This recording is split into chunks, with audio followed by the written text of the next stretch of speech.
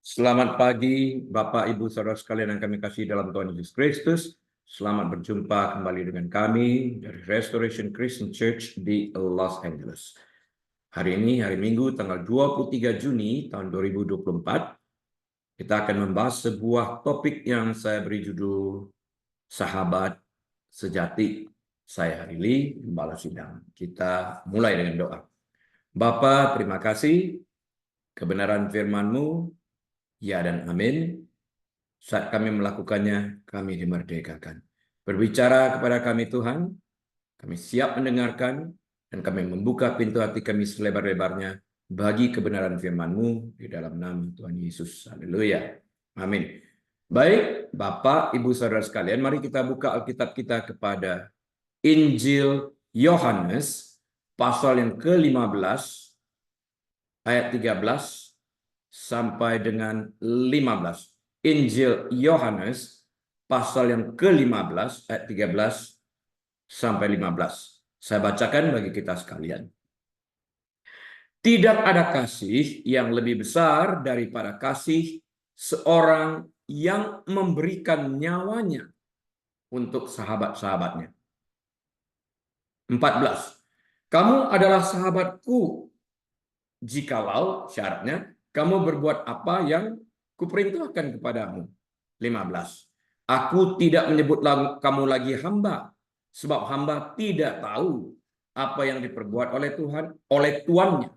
Tetapi aku menyebut kamu sahabat, karena aku telah memberitahukan kepada kamu segala sesuatu yang telah kudengar dari Bapakku.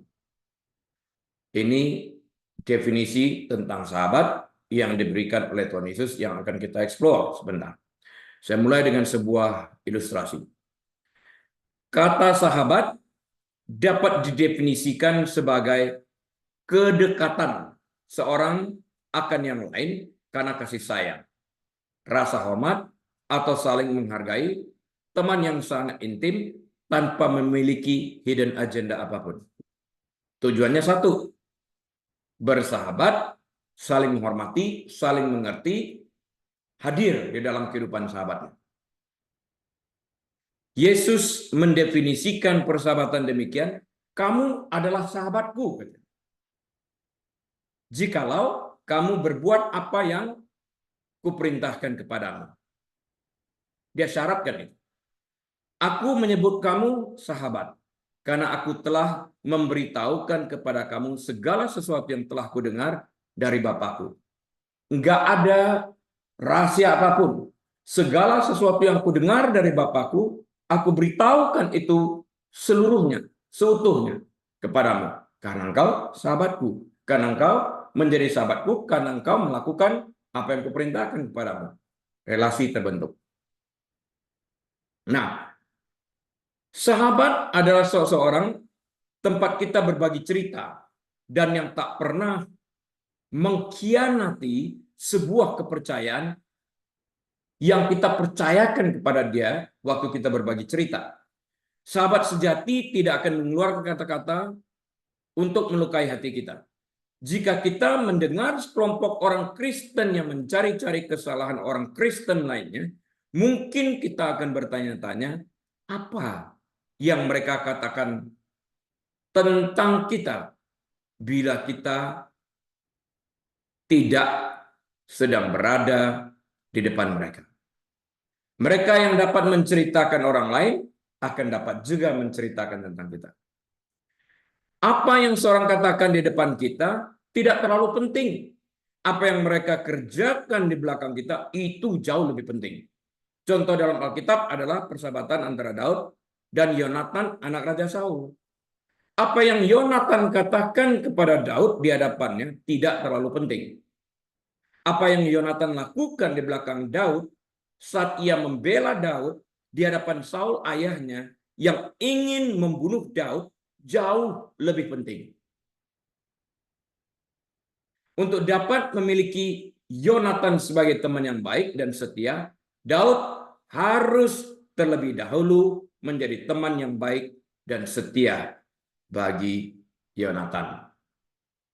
Seberapa dekat, seberapa jauh kita ingin membangun sebuah persahabatan Tergantung pada diri kita. Jika kita ingin memiliki persahabatan yang sangat dekat, kita harus terlebih dahulu menjadi sahabat yang dekat bagi orang tersebut. Dapat dipercaya, berintegritas. Sahabat sejati adalah orang yang mengetahui segala sesuatu tentang kita dan mengasihi kita seutuhnya. Seorang anak muda menyebut sahabat semacam ini sebagai best friend forever. Tapi seringkali pengertian anak muda itu berbeda. Jadi seseorang yang selalu setia bersamamu setelah ia menjadi temanmu. Itu penting. Khususnya pada waktu awan gelap datang menaungi, masalah datang, ia ada bersama kita sekalipun kita tidak meminta kehadiran. Sahabat sejati, orang yang mengerti kita, menerima kita, tanpa memiliki agenda yang tersembunyi. Sahabat sejati adalah seseorang yang di hadapannya kita dapat tampil apa adanya tanpa takut terjadi kesalahpahaman. Nggak takut itu. Ia bukanlah orang yang diam-diam membicarakan kita dengan orang lain, gosipin kita. Bukan. Melainkan orang tempat kita dapat membuka rahasia hati dengan keyakinan bahwa ia tidak akan mengkhianati kita. Untuk itu kita perlu waktu yang cukup panjang untuk mengerti orang ini. Sahabat seperti itu adalah Yesus, pribadi sempurna yang menggenapi perkataan Salomo. Tertulis dalam Amsal 17 ayat 17. Seorang sahabat menaruh kasih setiap waktu. Dia hadir di dalam kehidupan orang itu tanpa diminta. Tapi ada juga sahabat yang lari terbirit-birit pada waktu engkau mengalami masalah. Hadir kembali menjadi pahlawan tanda petik saat masalah telah berlalu. Ini bukan teman. Sahabat seperti apakah Anda? Apakah kita meninggalkan sahabat kita saat ia susah? Dengan memberikan bermacam-macam alasan untuk pembenaran diri kenapa kita tidak hadir. Ini bukan sahabat. Atau apakah kita hadir dalam kehidupannya untuk memberikan masalah lebih banyak lagi? Atau kita hadir sebagai terang untuk meringankan bebannya, untuk mencarikan solusi bagi kehidupan sahabat kita itu. Hadir pada saat awan gelap menaunginya, menjadi terang agar dia dapat melihat solusi-solusi yang tersedia. Sahabat terbaik adalah seperti Yesus itu. Mereka akan tetap setia bersama kita, baik dalam keadaan suka maupun dalam keadaan duka. Dia selalu hadir. Ada 3 tipe sahabat. Yang pertama, hadir menjadi terang dan penghibur saat masalah datang menghampiri sahabatnya. Tak sekalipun nggak diminta. Dia menjadi lentera, dia menjadi penerang saat awan gelap menaungi temannya ini. Yang kedua, ada sahabat tanda petik lari saat sahabatnya sedang menghadapi masalah dan datang kembali saat masalahnya telah berlalu untuk menjadi pahlawan. Yang ketiga, ada sahabat hadir untuk menimbulkan masalah dalam kehidupan temannya. Seperti yang tertulis dalam Amsal 18 ayat 24. Penting ini. Amsal 18 ayat 24 mengatakan, ada teman yang mendatangkan kecelakaan. Ada teman yang mendatangkan kecelakaan, membawa masalah, malapetaka dalam kehidupan kita. Tetapi ada juga sahabat yang lebih karib daripada seorang saudara. Nanti akan kita bahas ini lebih lanjut. Pada akhirnya, kita harus belajar dan harus mengerti bahwa tidak semua orang yang berjalan bersama kita adalah sahabat kita. Belum tentu. Yudas Iskariot adalah tipe ketiga dari jenis sahabat yang hadir dalam kehidupan kita untuk mendatangkan malapetaka. Dia menjual Yesus demi 30 keping uang perak. Yang tipe yang kedua, semua murid-murid melarikan diri saat Yesus ditangkap dan bahkan ada yang menyangkali mengenal Yesus sekalipun dia hidup bersama-sama dengan Yesus selama 3,5 tahun. Petrus. Ini adalah tipe kedua dari jenis sahabat. Yesus hadir dalam kehidupan setiap dari kita menjadi terang, menjadi penghibur yang selalu menolong kita. Aku sekali-kali tidak pernah meninggalkan engkau dan tidak akan meninggalkan engkau. Ini perkataan Yesus.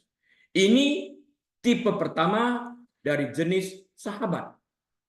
Contoh persahabatan yang baik dan setia adalah persahabatan antara Daud dan Yonatan anak Raja Daud. Yang kita lihat di dalam kehidupan Yesus ini terlihat lagi di dalam kehidupan Daud dan Yonatan. Apa kata Alkitab tentang sahabat yang sejati itu? Kita baru saja membaca Yohanes 15 ayat 13 sampai 15, di mana Tuhan Yesus Kristus sendiri memberi kita definisi tentang sahabat yang sejati. Yang pertama, Yesus katakan, kamu adalah sahabatku. Syaratnya, jikalau kamu berbuat apa yang kuperintahkan kepadamu.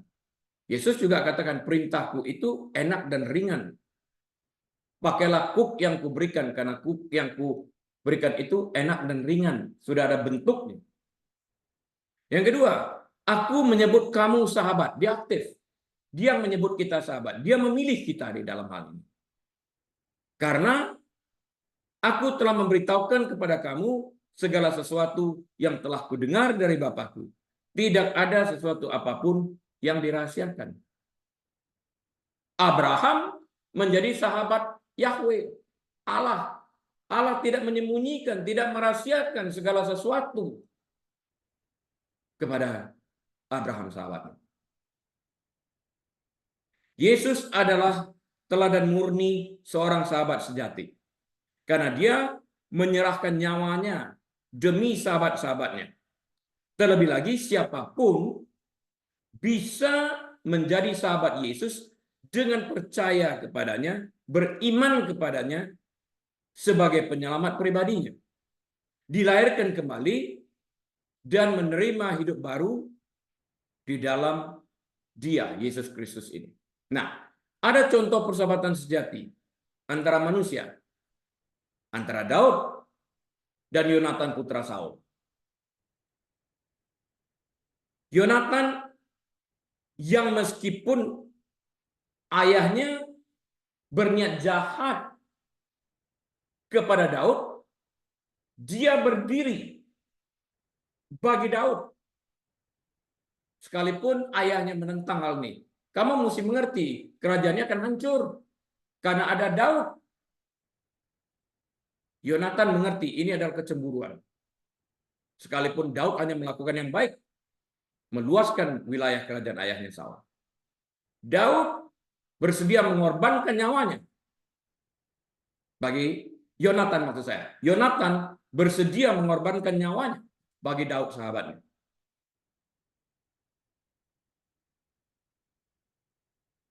Di sini kita lihat persahabatan yang murni itu terjadi antara Daud dan Yonatan.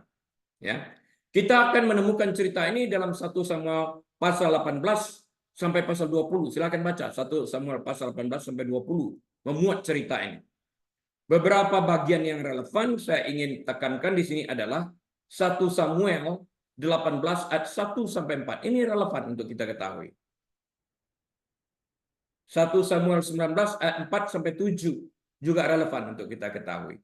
1 Samuel 20 ayat 11 sampai 17 dan ayat 41 42. Dari kita dapat melihat di sini ayat-ayat kuncinya untuk mengerti persahabatan antara dua orang ini.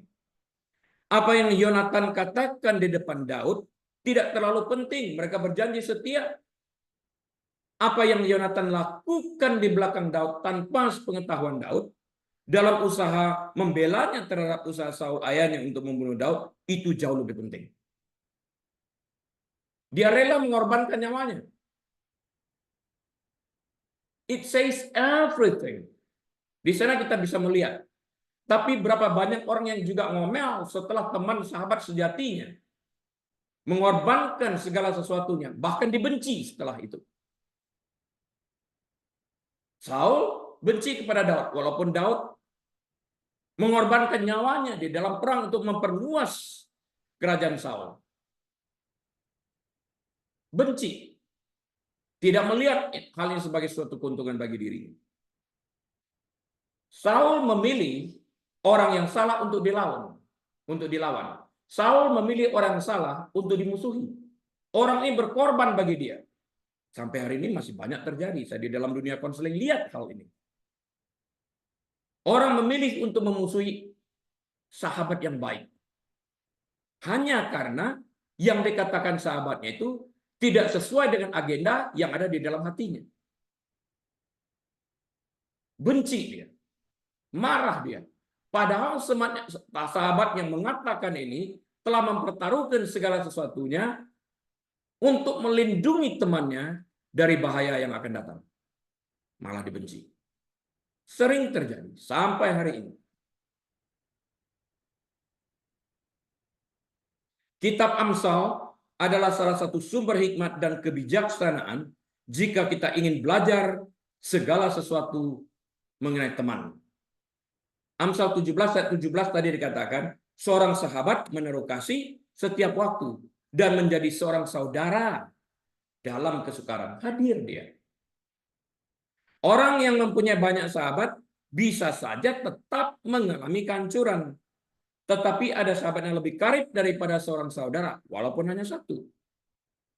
Amsal 18 ayat 24. Masalahnya di sini adalah untuk mempunyai teman, seseorang harus terlebih dahulu menjadi teman. Teman seperti apa yang diinginkannya dari orang itu? Dia harus menjadi itu terlebih dahulu. Dia ingin agar temannya dapat dipercaya, dia harus menampilkan karakter yang dapat dipercaya. Dia ingin sahabatnya setia, dia harus menampilkan karakter yang setia. Apapun yang diinginkan dari temannya, agar temannya itu berbuat kepada dia, dia harus terlebih dahulu berbuat itu kepada teman. Jadi, untuk mendapatkan teman yang baik dan setia, seseorang harus terlebih dahulu menjadi teman yang baik dan setia itu.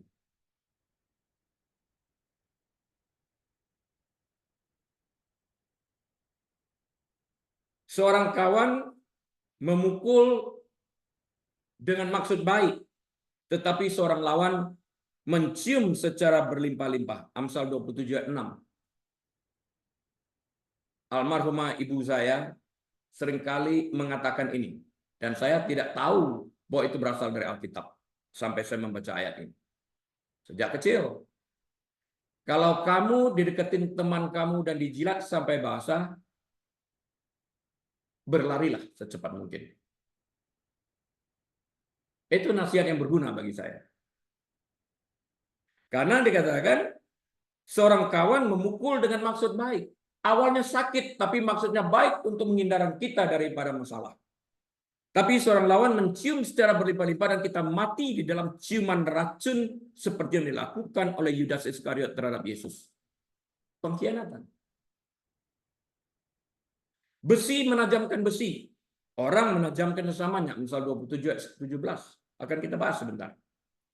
Apa makna Amsal 27 ayat 17 yang barusan kita baca bersama-sama ini?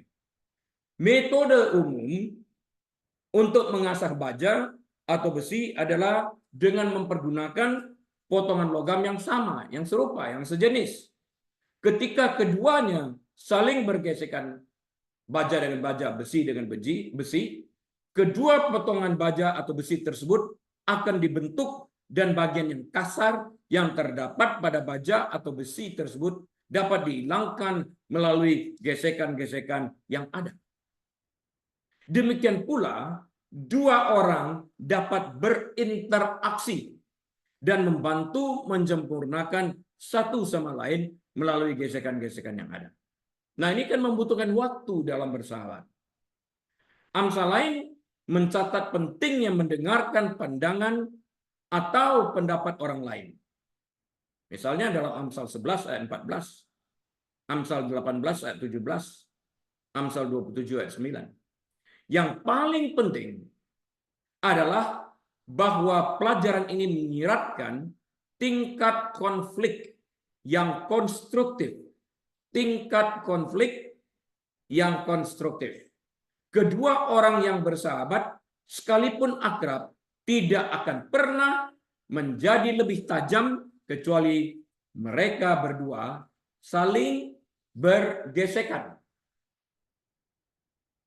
Ya, akan timbul ribut mulut, tapi mengerti setelah itu, berdamai, memperbaiki, terjadi perubahan di dalam kehidupan masing-masing.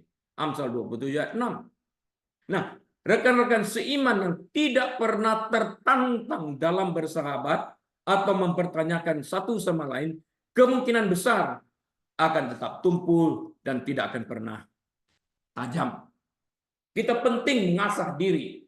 Bukan hanya kemampuan kita mengerti sahabat kita jauh lebih baik, karena melalui pengertian ini kita mengerti maksud baiknya, sehingga kita pun dapat memperbaiki diri kita dengan mengenali kesalahan-kesalahan ini. Jangan terburu-buru, dia yang salah. Jangan terburu-buru itu. Coba kita refleksi juga, apalagi kalau terlalu sering itu disampaikan kepada kita. Lampu merah itu sebenarnya. Banyak contoh Alkitabiah yang menunjukkan nilai pembelajaran yang ada dalam menjalin hubungan antara sesama teman. Yesus mungkin mengutus muridnya berdua-dua karena masing-masing ingin mempertajam kesaksian mereka satu sama lain dan mempertajam iman mereka kepada Kristus.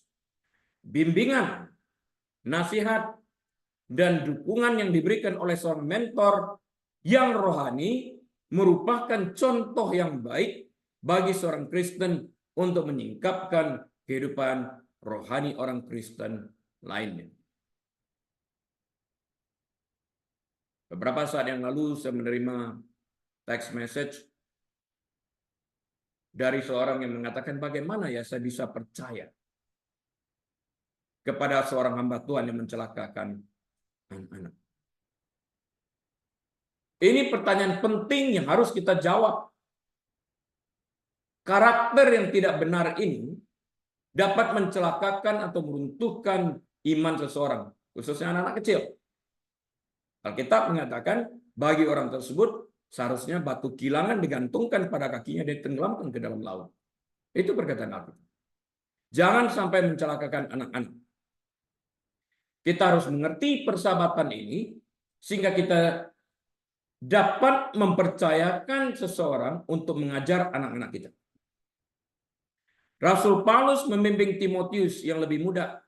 Lebih jauh lagi, dia mendorong Timotius untuk membimbing orang lain. Dia menulis dalam 2 Timotius pasal yang kedua, ayat yang kedua. Apa yang telah engkau dengar daripadaku di depan banyak saksi, percayakanlah itu kepada orang-orang yang dapat dipercayai, yang juga cakap mengajar orang lain. Daud dan Yonatan adalah contoh baik dari 2 pria yang saling mendorong untuk meningkatkan kehidupan rohani mereka. Persahabatan yang saling mengingatkan dapat membantu 2 orang menikmati iman yang lebih kuat, lebih bersemangat di masa yang akan datang. Dan mereka juga akan memiliki semangat yang lebih kuat dalam mengikuti Yesus. Sahabat bisa saling menyemangati, bisa saling tertawa bersama-sama, bersimpati bersama, dan berdoa bersama-sama. Sangatlah penting, Bapak Ibu Saudara sekalian, untuk hati-hati memilih siapa yang akan kita lawan dan musuhi.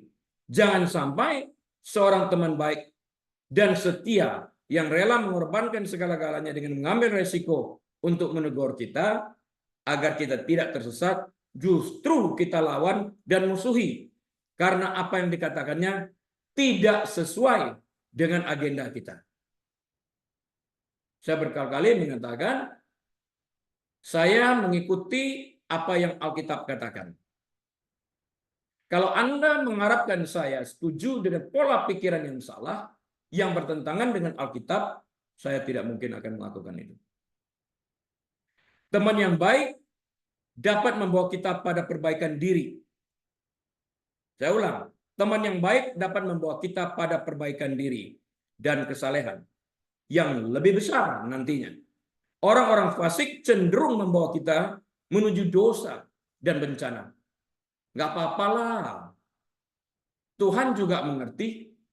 Ya Tuhan mengerti itu udah pasti. Tapi apakah engkau mengerti firman Tuhan? dan melakukannya. Jadi jangan sampai seperti Saul yang memusuhi Daud yang telah mengorbankan segala-galanya bagi Saul. Jangan sampai seperti Saul ya, yang berikhtiar membunuh Daud.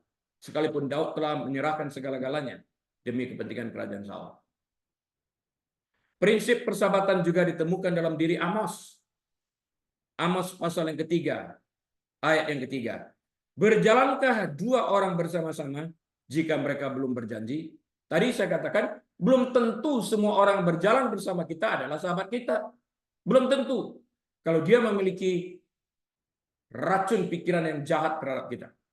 Nah, di sini dikatakan berjalankah dua orang bersama-sama jika mereka belum berjanji. Artinya pikiran mereka terarah kepada yang sama atau tidak di dalam hal ini.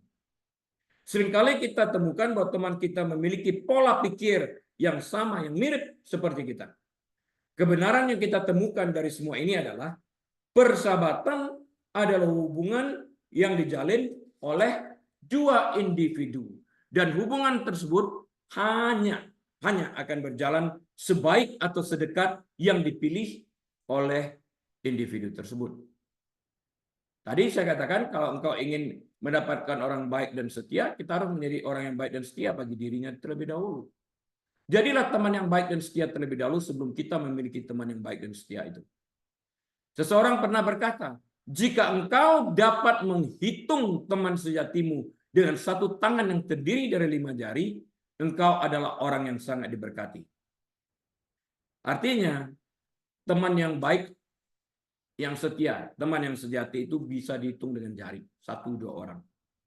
Seorang teman adalah seorang yang bisa menerima engkau menjadi dirimu sendiri dan engkau tidak pernah takut bahwa dia akan menghakimi, melecehkan, atau merendahkan.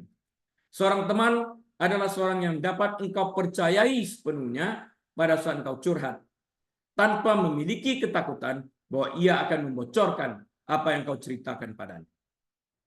Seorang teman adalah seorang yang kau hormati dan menghormatimu, bukan berdasarkan kelayakan, tetapi berdasarkan kesamaan pikiran. Yudas Iskariot tidak memiliki ini. Yudas Iskariot memikirkan uang, bagaimana menjual Yesus, walaupun Yesus telah melakukan segala-galanya bagi dia. Hari ini masih banyak Yudas Iskariot seperti itu. Hanya karena engkau tidak sependapat dengan pikiran orang ini, dia akan bersedia untuk menghancurkan hidupmu melalui segala macam bentuk kata-kata yang lebih mengarah kepada fitnah. Itu yang dilakukan Yudas Iskariot. Seorang teman adalah seorang yang hadir pada waktu awan gelap menaungimu tanpa diminta, dan ia dapat menjadi terang pada saat kegelapan tersebut menaungimu. Yesus lakukan ini juga kan, terus-menerus bahkan. Rasul Paulus juga menulis definisi tentang sahabat sejati seperti yang ditulisnya di dalam Roma pasal yang kelima, Roma 5 ayat 7-8. Saya bacakan. Sebab tidak mudah seorang mau mati untuk orang yang benar. Tetapi mungkin untuk orang yang baik ada orang yang berani mati. Ayat 8. Akan tetapi Allah menunjukkan kasih-Nya kepada kita oleh karena Kristus telah mati untuk kita ketika kita masih berdosa. Saat kita masih berdosa, Dia telah mati bagi kita. Ya, tidak ada kasih yang lebih besar daripada kasih seorang yang memberikan nyawanya untuk sahabat-sahabatnya. Yohanes 15 ayat 13. Nah, itulah persahabatan sejati itu. Dia rela mengambil resiko disalah mengerti. Dia rela mengambil resiko untuk dibenci. Demi untuk mengingatkanmu terhadap jalur yang sedang kau tempuh dan tersesat. Bagaimana mungkin seorang sahabat bisa lebih dekat daripada seorang saudara? Amsal 18 ayat 24. Gimana sih? Bagaimana mungkin? Amsal 18:24 saya ulang baca, mengajarkan ada teman yang mendatangkan kecelakaan. Ingat Yudas Iskariot menjual Yesus. Tetapi ada juga sahabat yang lebih karib daripada seorang saudara. Ingat Yonatan dengan Daud. Kita menemukan sebuah kejanggalan dalam sebuah peribahasa yang mengatakan bahwa darah lebih kental daripada air. Di Amerika sering kita dengar, blood is thicker than water. Darah lebih kental daripada air. Peribahasa ini ingin menunjukkan kepada kita, menunjukkan apa? Peribahasa ini. Bahwa saudara sekandung lebih karib daripada seorang teman. Namun tidak jarang kita menemukan bahwa seorang sahabat bisa lebih dekat daripada seorang saudara. Seperti yang tertulis dalam Amsal 18:24. Anak pun dapat mengkhianati orang tua. Anak dapat membunuh orang tua. Sering terjadi. Proverbs 18:24 menerjemahkan baris pertama peribahasa tersebut sebagai berikut. A man of many companions may come to ruin, but there is a friend who sticks closer than a brother. Sedangkan New King James Version menerjemahkannya sebagai berikut. A man who has friends must himself be friendly, but there is a friend who sticks closer than a brother. Terjemahan apapun yang kita baca dalam Alkitab versi bahasa Inggris, kita menemukan penekanan yang sama, yaitu pluralitas. Friends, many companions. Plural. Padahal banyaknya teman tersebut belum tentu, sekalipun berjalan dengan kita, adalah sahabat sejati. Belum tentu. Tadi disampaikan, jika kita dapat menghitung sahabat sejati itu dengan jari, kita orang sangat diberkati, karena jarang ketemu. Seseorang yang memiliki banyak teman belum tentu bebas masalah, karena orang yang berjalan bersama kita belum tentu teman kita. Banyak teman, tanda petik, tidak sama dengan bantuan yang dapat diterima pada saat dibutuhkan. Banyak selebritas populer mengalami dilema seperti ini. Mereka dapat memiliki ribuan penggemar, dikagumi banyak orang, namun ketenaran berubah-ubah. Dan penggemar tersebut dengan cepat menghilang pada saat masa-masa sulit. Era media sosial saat ini mempromosikan banyak koneksi dangkal yang disebut teman. Namun hanya ada sedikit teman sejati, dapat dihitung dengan jari. Bahkan orang yang paling terhubung sekalipun bisa merasa kesepian.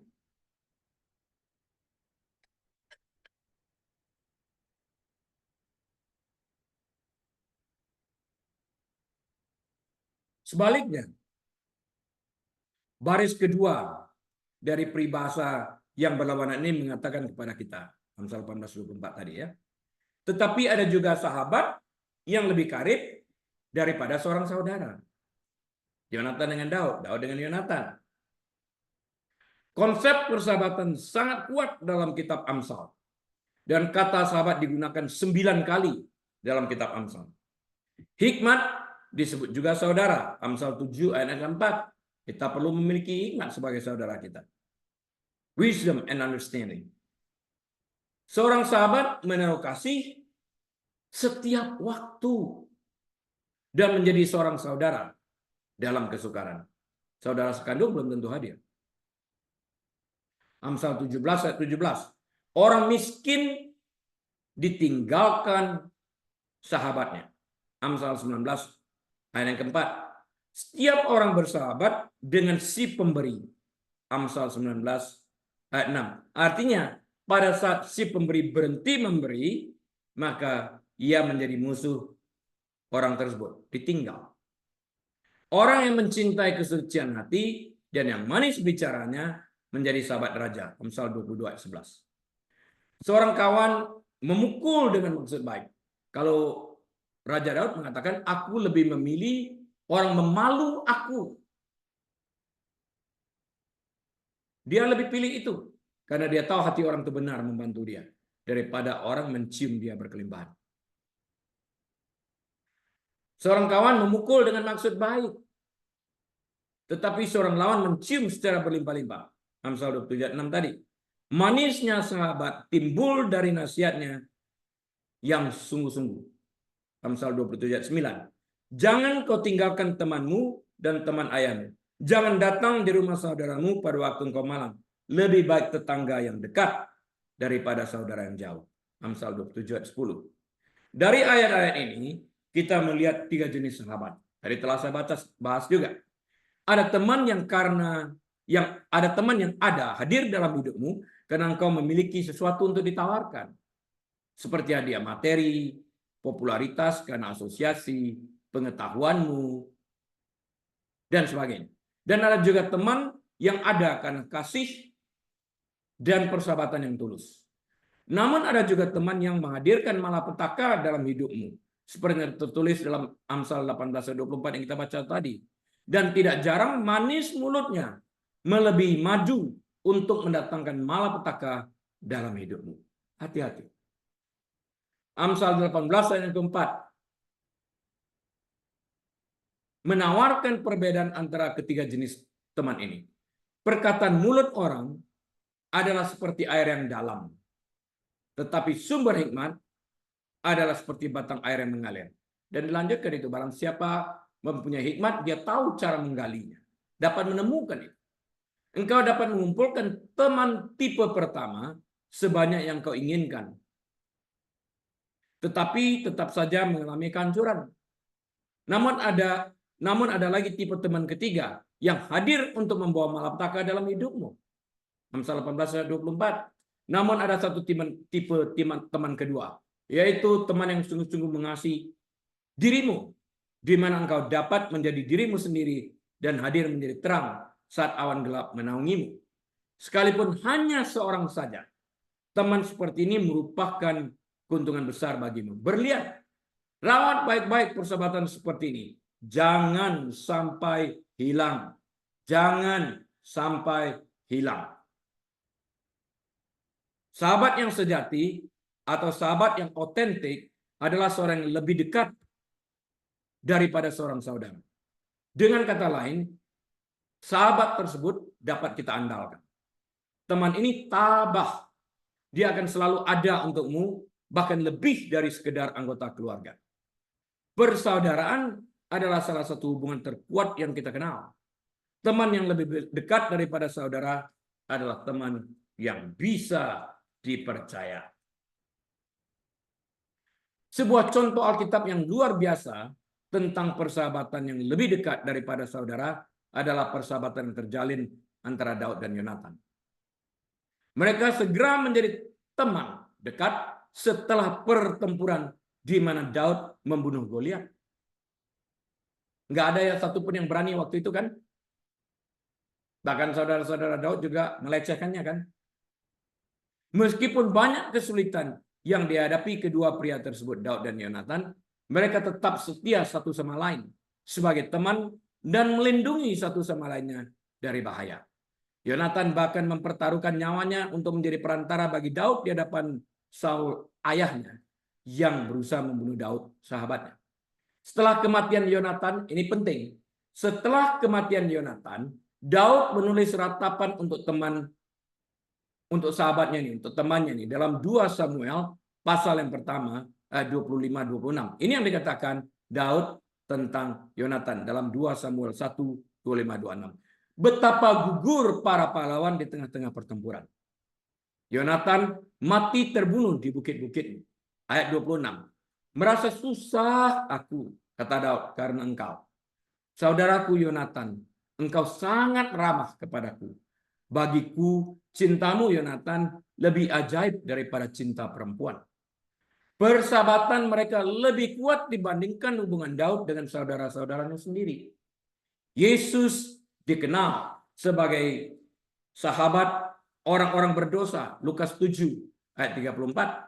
Dan dia telah berjanji, aku sekali-kali tidak akan membiarkan engkau, dan aku sekali-kali tidak akan meninggalkan engkau. Ibrani 13 ayat 5. Yesus benar-benar sahabat yang lebih dekat daripada saudara. Dan berbahagialah mereka yang menjadikan dia sebagai sahabat mereka.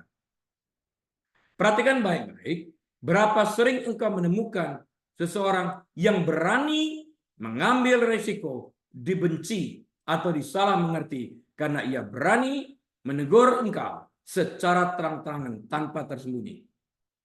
Jika saja engkau bersedia berhenti sejenak untuk merenungkan apa yang orang tersebut kerjakan bagimu, maka engkau akan menemukan seorang teman sejati dalam arti yang sesungguhnya.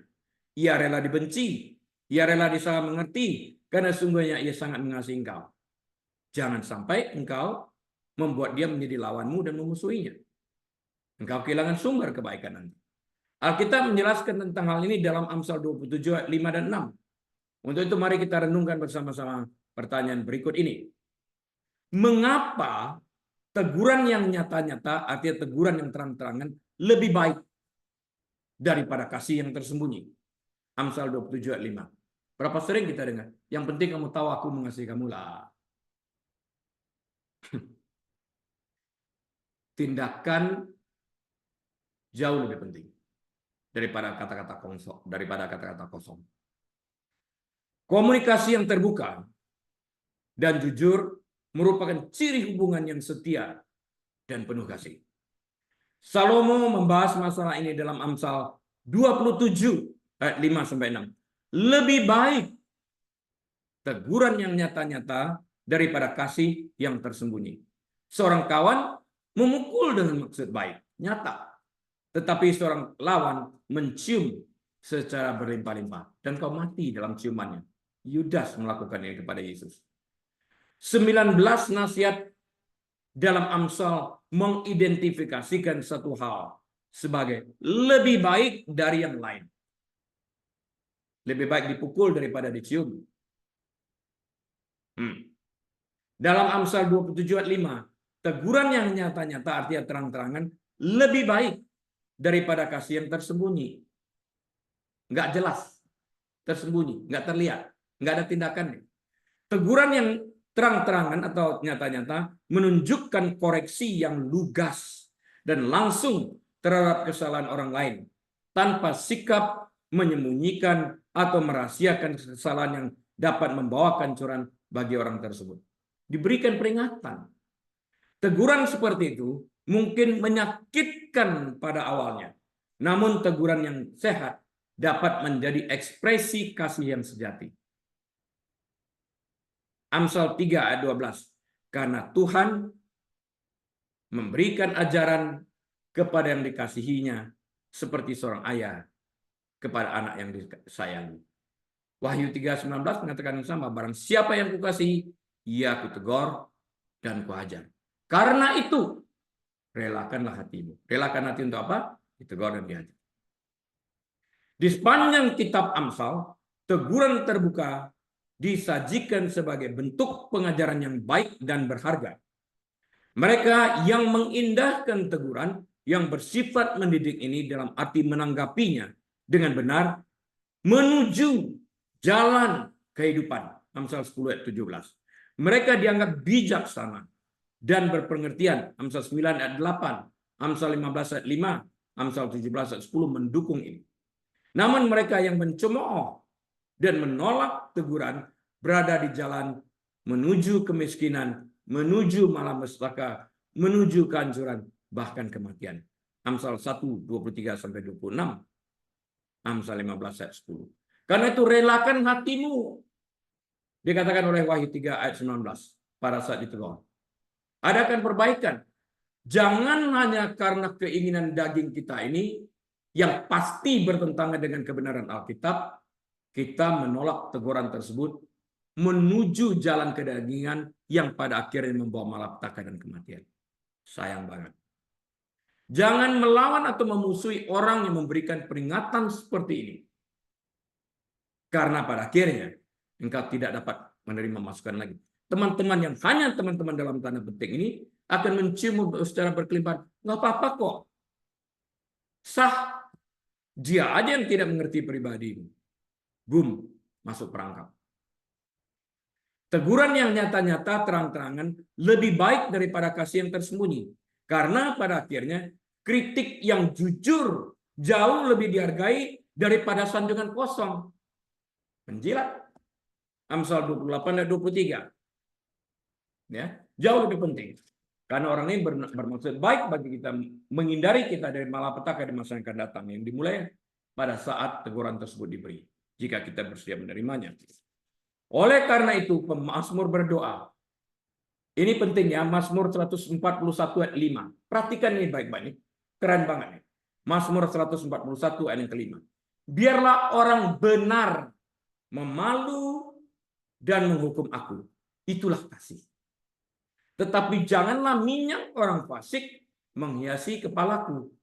Sungguh, kata Raja Daud, aku terus berdoa menentang kejahatan-kejahatan mereka. Wow, dia lebih memilih orang benar memalu dan menghukumnya daripada minyak orang fasik tercurah di atas kepalanya. Tidak mau bersekutu dengan kejahatan orang fasik. Artinya, kita dapat mempercayai teguran yang berasal dari orang benar karena kita tahu motivasinya adalah kepedulian yang tulus terhadap kesejahteraan kita. Amsal 9 ayat 8 mengatakan, janganlah mengecam seorang pencemooh supaya engkau jangan dibencinya. Kecamlah orang bijak, maka engkau akan dikasihinya. Ini berlaku bagi saya juga. Kalau orang yang nggak mau ditegur, marah terus, apa mau dikata? Ia sudah menerima apa yang diinginkannya. Kasih yang tersembunyi mengacu pada kasih yang tidak nyata. Tidak terwujud dalam bentuk tindakan. Tertutup, diabaikan, tawar, dan hambar. Omong doang. Kasih yang tersembunyi itu telah tawar dan hambar. Dan ia tidak lagi peduli untuk memperingatkan kesalahan yang diperbuat temannya. Nggak mau teman. Menolak terus. Marah. Dimusuhi. Nggak bisa ngomong. Nggak bisa peringatkan. Dia hanya nonton. Malah petaka datang menghampiri kehidupan temannya. Saya lihat ini begitu banyak. Orang menyesal setelah terlambat. Bahkan interaksi disipliner yang tidak menyenangkan sekalipun jauh lebih baik daripada tidak ada komunikasi atau bersikap apatis, bahkan tidak peduli untuk mengungkapkan kepedulian terhadap kesejahteraan temannya. Dibutuhkan keberanian dan kasih yang tulus untuk berbicara terus terang kepada teman yang memerlukan koreksi ini. Sahabat sejati menunjukkan kasihnya melalui waktu dan perhatian. Dia akan drop semuanya demi sahabatnya ini. Meskipun perhatian itu terkadang berbentuk teguran-teguran yang nyata. Kasih yang tersembunyi tidak memiliki keberanian untuk berbicara secara terang-terangan karena tersembunyi atau bertindak. Nggak mau juga dia, tersembunyi. Dan malah membiarkan seorang teman terus berbuat dosa. Gak enak lah. Bukan sahabatnya. Ayub 6 ayat 14 mengatakan, siapa menahan kasih? Kasih yang tersembunyi. Saya ulang ya.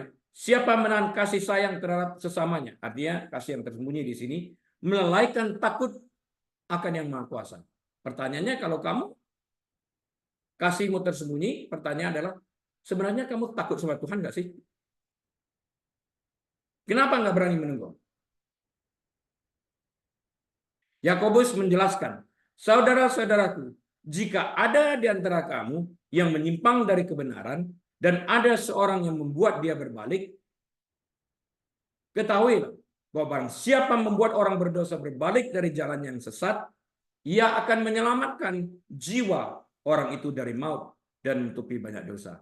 Yakobus 5 ayat 19-20. Bahkan dalam perjanjian baru, Yakobus yang adalah saudara Yesus ini memperingatkan kita untuk berani melangkah agar orang tidak terjerumus ke dalam lubang dosa. Yesus juga memperjelas bahwa di antara orang-orang yang percaya kepada Kristus, teguran terang-terangan lebih baik daripada kasih yang tersembunyi. Tertulis dalam kitab Injil Matius 18 ayat yang ke-15. Saya bacakan. Apabila saudaramu berbuat dosa, tegurlah dia di bawah 4 mata. Jika ia mendengarkan nasihatmu, engkau telah mendapatnya kembali. Matius 18:15. Jika tidak mendengarkan, ya dia hilang menuju kesengsaraan kematiannya sendiri. Rasul Paulus menegaskan kembali prinsip ini.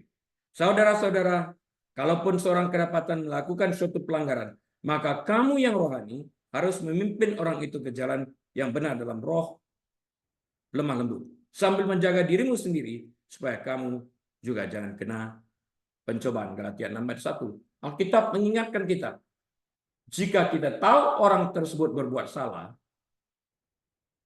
kita tidak mengingatkannya, orang tersebut mati di dalam kesalahannya, kita bertanggung jawab terhadap nyawa orang itu.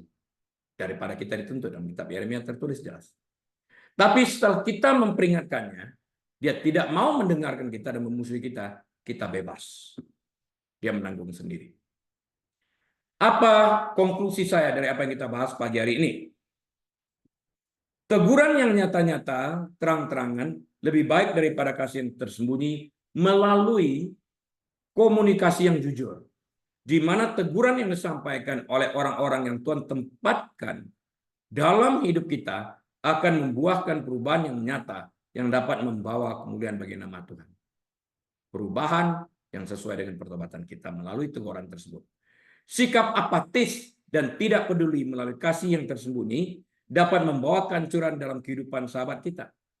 Jika kita tidak berani mengambil risiko dibenci atau disalah mengerti karena telah berani terbuka untuk memberikan teguran yang terang-terangan, maka kita tidak memiliki rasa takut akan Tuhan. Bagi kita yang menerima teguran dari sahabat kita, mari buka pintu hati kita untuk menerima maksud baik teman kita ini. Ia adalah permata yang berharga dalam hidup kita, karena ia telah bersedia mengambil risiko untuk dibenci karena menegur kita. Jadi, mari miliki rasa takut akan Tuhan, berani mengambil risiko dibenci ataupun dijauhi, dimusuhi, jika kita melihat sahabat kita sedang menuju kehancuran dalam hidupnya. Beri peringatan. Tuhan Yesus memberkati. Amin. Mari kita tutup dalam doa. Tuhan Yesus, hamba-Mu telah selesai berbicara. Kami yakin Roh Kudus terus berbicara, mengingatkan kepada setiap kami untuk berani menyatakan kasih kami secara terang-terangan, memberikan teguran kepada sahabat kami yang kami lihat sedang menuju kehancuran. Jangan sampai kasih kami tersembunyi, Tuhan. Bantu kami. Jemaat yang dikasihi Tuhan, mari kita angkat kedua tangan kita, buka pintu hati kita, dan terimalah berkat. Tuhan memberkati engkau dan melindungi engkau. Tuhan menyinari engkau dengan wajahnya dan memberi engkau kasih karunia. Tuhan menghadapkan wajahnya kepadamu dan memberi engkau damai sejahtera. Tuhan memberkati engkau dan membuat engkau menjadi kepala dan bukan ekor. Tuhan membuat engkau naik dan tidak pernah turun. Tuhan memberkati engkau saat engkau masuk. Tuhan memberkati engkau saat engkau keluar. Tuhan memberkati kandunganmu. Tuhan memberkati kesehatanmu. Tuhan memberkati rumah tanggamu, pernikahanmu, pekerjaanmu, pelayananmu. Tuhan memberkati apa yang kau lakukan, kerjakan dengan kedua tanganmu dan membuat engkau berhasil agar nama Tuhan dipermuliakan. Tuhan Yesus, terima kasih. Baiklah, kita buka lembaran waktu kita ini dengan hikmat marifat daripada Bapa Surgawi. Damai sejahtera dari Tuhan Yesus Kristus dalam persekutuan yang manis dan erat bersama dengan Tuhan Roh Kudus saat ini sampai selama-lamanya. Yesus Tuhan datang kali keduanya menjemput kita semua yang percaya kepadanya. Haleluya. Amin. Baik, Bapak Ibu Saudara sekalian, baktian telah usai dan atas izin Tuhan kita akan berjumpa kembali minggu depan. Tuhan Yesus memberkati. Saya Rili, mohon diri. Shalom.